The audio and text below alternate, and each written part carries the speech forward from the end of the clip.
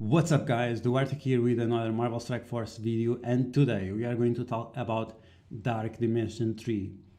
And this video is inspired by the title of the video made by Milestones365, some guy that also does content of Marvel Strike Force. He has some cool videos. And the title of his video was Lesson Learned about Dark Dimension 3. And while the title was interesting, I think during this video he missed the point of his own title. And there are definitely lessons that you need to learn about Dark Dimension 3. And we'll go through those lessons right now. And in the background you are watching my last attack on the node 3 from Dark Dimension 3. That supposedly is the hardest node ever. But as you can see, if you follow these lessons that you need to learn, then you will do it okay. It's not going to be that hard, but yeah.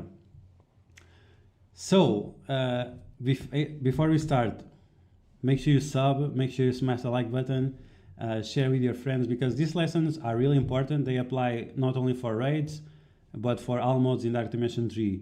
Now 9 of them apply to Dark Dimension 1, 2 and 3, but other 10 apply to all Dark Dimensions, but 9 only apply to Dark Dimension 1 and 3, because Dark Dimension 2 has a special reward that is Ultron, and that goes into the first lesson. Because there is no new character and all you get is some credits, some red star pools and some items and things like that. I mean, it's good stuff, but it's not game breaking. So you should not rush and get over with Dark Dimension 3 as fast as possible, because you'll not jump the meta thanks to a new character or something like that. Of course, those items are going to help you out, but it's not that big of a deal. And don't do it like me, because I spent money on those mini uniques, and I spent so many cores refreshing the store. I'm probably just in cores and things like that over 150 euros. So yeah, that's a lot of money, and it's totally not worth it. I just did it because I think my penis will look bigger if I beat it first, but it's not the case. So yeah, there is no big fat mama at the end of Dark Dimension 3 to make your teams in arena or raids or something like that much better, like we had in Dark Dimension 2. And this is why this specific lesson doesn't apply to Dark Dimension 2, but applies to Dark Dimension 1 and 3, is that you don't need to rush it. Now, let's go to lesson number 2. You should invest on essential characters and dumb characters. What is a dumb character? Dumb character, and it's like Phoenix. She dies, she does damage, you do her special, you do her ultimate, she does tons of damage. And that's it. Like, she doesn't provide much, but the fact that she's a dumb character is actually something good, because you're gonna speed up your progress a lot. There are other characters that might be dumb. I think Thor is an example of a dumb character, because if Sif or Hela are attacked, or even Greg, he will get a charge and then he will do massive amounts of damage.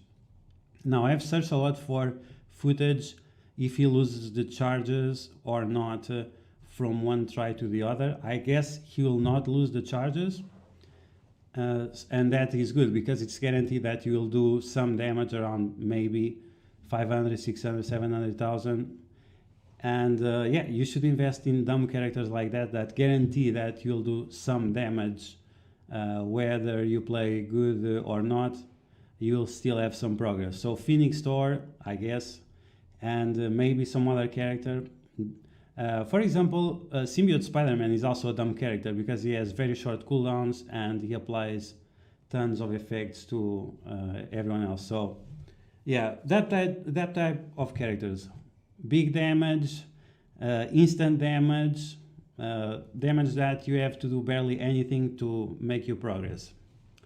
Okay, so lesson number 3.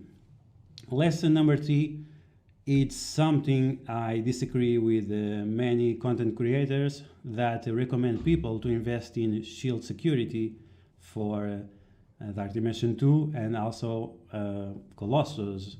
And Colossus is great and now, but he is not that great for Dark Dimension 2, because you have a situation of push taunts, the ones you push to activate the taunt, versus a critical taunt. A critical taunt is when it activates if your character goes under 50%, which is the case with Colossus and Shield Security.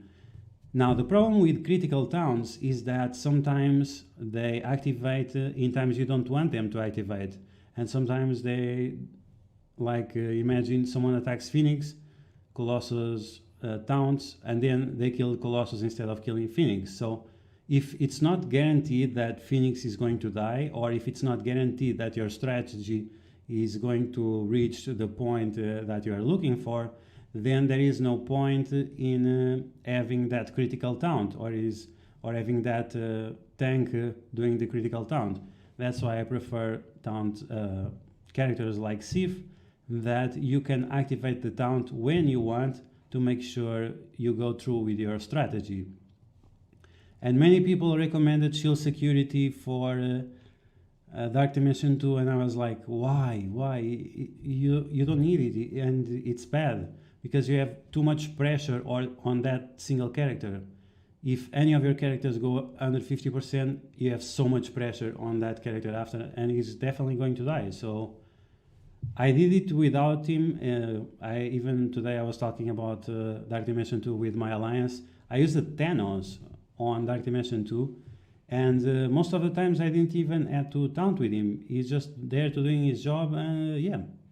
And that will matter for another of the lessons that we need to learn. So lesson number 4, buffs matter. Buffs are very important, and you need buffs. If you're investing in characters that provide no buffs, that's going to be a problem for your team, because you're not getting extra benefits. Sometimes extra defense, sometimes extra attack, extra speed, resistance to buffs, disrupts, all those things, they are very important. So you need to focus on having buffs. So characters like Scientist Supreme and so on, they are very important for this mode. Invisible Woman, she has barrier. That type of buffs that increase the lifespan of your characters. And yeah, so now we go on lesson number 5, which is debuffs matter. So of course buffs matter, and of course debuffs matter, but that's why you need to invest in characters that make those two options, and that's why Scientist Supreme is so godly, because of that. She does both things, and she turns debuffs into buffs, and yeah. And there are essential buffs that you need, like blinds. There is a moment here on, you can see right now on the screen, most of the characters have 2 turns and 3 turns blind, because I apply them with Magneto, then I spread them with Hela, I prolong it with Symbiote Spider-Man, and if you have all the characters blind, then you're not taking any damage, so that's like super necessary. So you need characters that apply debuffs and that are able to spread them, to make sure, once again, that you have the most options available in terms of prolonging the span of the life of your character. So if you have your characters at 100%, then you have buffs that increase by 50%. But then if you decrease the attack of the enemies by also 50%, that's not a 200% increase, that's 150, so you have 100% plus 50, but then you have 50% of that, so it's going to be 75% extra, so you'll have 225% extra chance of survival. So buffs and debuffs, they are very, very important, and they will take you very far into the game, as long as you know how to do the strategy. Look at the screen right now. There are so many blinds, there are so many disrupts, and this is supposedly on the node 3 that is the hardest. We have 2 Miss Marvels, we have 1 Black Panther, we have Spider-Man, we have so many dangerous characters, but because they're all under control, we have nothing to worry about. So lesson number 6 is turn rewind meter. Turn rewind matters. And turn rewind is just essential. It's another form of control. that together with slow, it's once again many times you are increasing your chance of survival and your chance of applying your strategies. And Ultron is great for this, but you also have Falcon, you also have Vulture, you have other characters that allow you to manipulate the turn meter of the enemies and of yourself, and that gives you great advantage. So you should not look down on characters that do this type of things, because they are very important for Dark Dimension 3 and for Ultimo 7 and other type of raids, because yeah, it's another form of control, it's another form to guarantee that you are alive and that you have time to apply your strategy. Lesson number 7. Numbers matter. And you see that numbers matter in situations like with Ultron and with Hela. The more characters you have on the field, the more unlikely it is for your enemies to attack the essential characters.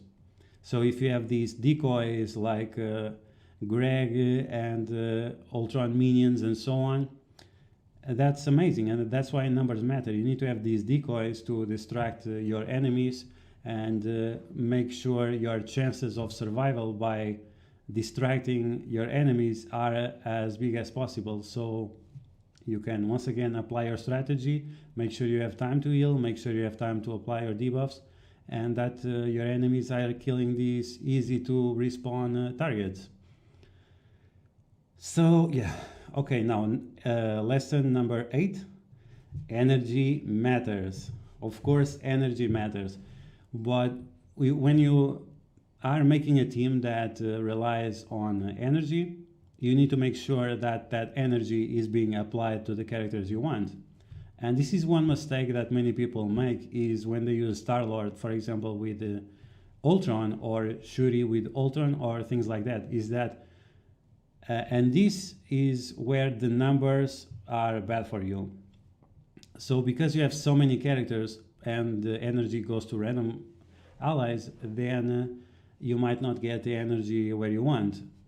For example, Dark Dimension 2, on the second run, I used Ultron, Star-Lord, and Minerva. But because of the Ultron bots, they were always stealing the energy from Minerva, so it was being wasted away, because these characters, they are taking your energy away, and most of the times they don't do anything special with their abilities. So yeah, you need to make sure that the way your team works, that no one is stealing the energy from the characters that matter. And that's why if you think about using Thanos or something like that, make sure that Greg, for example, doesn't steal energy. Even that if Greg has extra energy, it's not so bad, because he is special or ultimate or whatever it is, he is quite good, as we'll see right now. So yeah, make sure the energy is not stolen by the decoys, and make sure you combo it out and position it out in a way that your energy will not go into the ether. Okay, so lesson number 9 is that revives matter. Revives matter because you bring one character back to life, obviously, but sometimes your characters just die way too fast because you are unlucky with the RNG and so on. And a revive, it's a way for you to rebalance, I guess, that RNG and make sure, once again, you can apply your strategy, or that you can make your combo to advance the most out of your attempt. Unfortunately, there are not many characters that are good that have revives. I mean, we have Scientist Supreme, it's okay, she's great, but it's only 25% chance. Then we have Minerva, she has a long cooldown, and her utility is becoming questionable, but we'll talk about that in another video. And then we have Doctor Strange, that might sound strange, but this guy might be more useful for Dark Dimension 3 than he seems to be. But it really depends, and I'm not telling you to invest on him, but if you are considering the options, he might be a good option if you can combo it out with other people. But That's another video we'll be watching next week, maybe. We'll talk about a few combos. And yeah, so that was lesson number 9. Revives really matter, and but they are not essential. They matter, they are important, but they are not essential. You can do plenty without the revives. And lesson number 10, and it's the most important lesson, maybe not really, but it's very important, is that stars matter. Like if you have no yellow stars, if you have like 2 yellow stars on, for example, Yo-Yo she's amazing character, and she's great for Ultima 7 where the enemies have no resistance. But on Dark Dimension 3 and even the Dark Dimension 2, you'll not be that lucky. You need to have a decent amount of focus to apply your debuffs, and the same goes for Scientist Supreme and Hela and all that. Many times it happened to be that even my 5 yellow star for red Hela was not applying the debuffs properly because she didn't have enough focus to do that. So yeah, stars matter, and don't think about investing in characters that you'll never have at 7 yellow stars or have a decent amount of red stars. If you have lower than 3 or even 3 is these days is questionable. Should you really consider that character? I don't know. But yeah, stars are really important. Make sure you cross the stars of your best characters on Ultima 7 with also the best stars of characters that you use in Arena. Cross all that and then make the best team out of what you have. Because once again, even if you have a 7 yellow star Black Bolt or I don't know, 7 yellow star Ella, but then she has only 1 red star, she's not going to be great. And it's more important for you to invest in characters that are available right now than, okay, next week or 1 month from now some amazing character is going to come out and you are not able to farm any stars for him, so he's not going to be that great. So it's something you have to consider. Is this character at 7 yellow 4 red or something like that good enough now, or should I wait 6 months? It's up to you. Like I said on the first rule, you don't have to rush it, but don't waste time on characters that also not important. Okay, so the video is almost ending. We have just a few seconds left. So yeah, those are the 10 rules that you need to learn for Dark Dimension 3. I asked for Casino to see if I could make a review of his recommendations for Dark Dimension 3. We'll be taking a look at that, and I will make a top 10 for every section of characters that you should invest. So if you have like good yellow stars on one character of that top 10, then it's good that you can invest in him. But at the end of the day, you should invest in characters that you like to play, that you think they're gonna last a long time, and yeah. But stay tuned for that tier list for top 10 characters for global, top 10 characters for cosmic, and top 10 characters for city. And at the same time, we will review the recommendations that Casino made. I like the guy. We have very different opinions on things about the game, but I still like him. And yeah, we'll see. Okay, so I hope you guys like this video, the 10 rules for Dark Dimension 3. If you did, make sure you smash that like button like a boss. Make sure you sub, make sure you share with your friends, because these lessons are very important. Dark Dimension 3 and raids, they sort of have the same rules. So yeah, make sure you put this into your head so you are as successful as possible in this mode and in the future as well, when we'll have Dark Dimension 4 and 5, so you don't end up investing in characters that didn't really matter, and you wasted your resources and money and so on, and at the end of the day it wasn't as good as you expected, or it ended being like extremely frustrating. So yeah, I hope you guys enjoyed the video. Smash that like button, share it with your friends. If you are new to the channel, make sure you subscribe, and I'll catch you guys later.